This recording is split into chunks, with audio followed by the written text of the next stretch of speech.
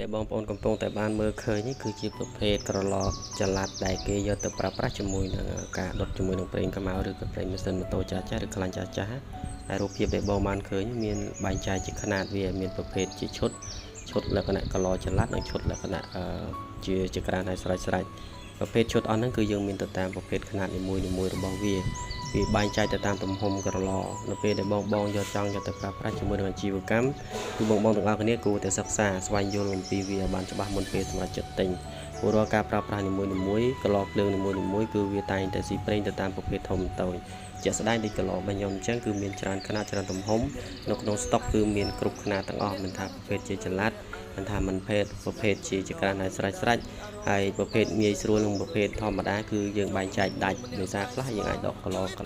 ចេញមកក្រៅបានហើយក្នុងនោះផងដែរតើតើជាមួយនឹងគ្រឿងបន្លាស់គឺខ្ញុំមានគ្រប់គ្រាន់ទាំងអស់គឺប្រភេទទាំងហាលដែលគុតគង់ជាមួយនឹងក្រឡដុតប្រេងខ្មៅក៏ខ្ញុំមានដូចគ្នាដែរអញ្ចឹងប្រភេទឈុតដែលបងបានឃើញនេះគឺជាទើបនឹងចូលស្តុកទេឈុតប្រភេទអស់នេះគឺយើងអាចយកទៅប្រើប្រាស់លក្ខណៈជីវកម្មក៏ត្រូវឈុត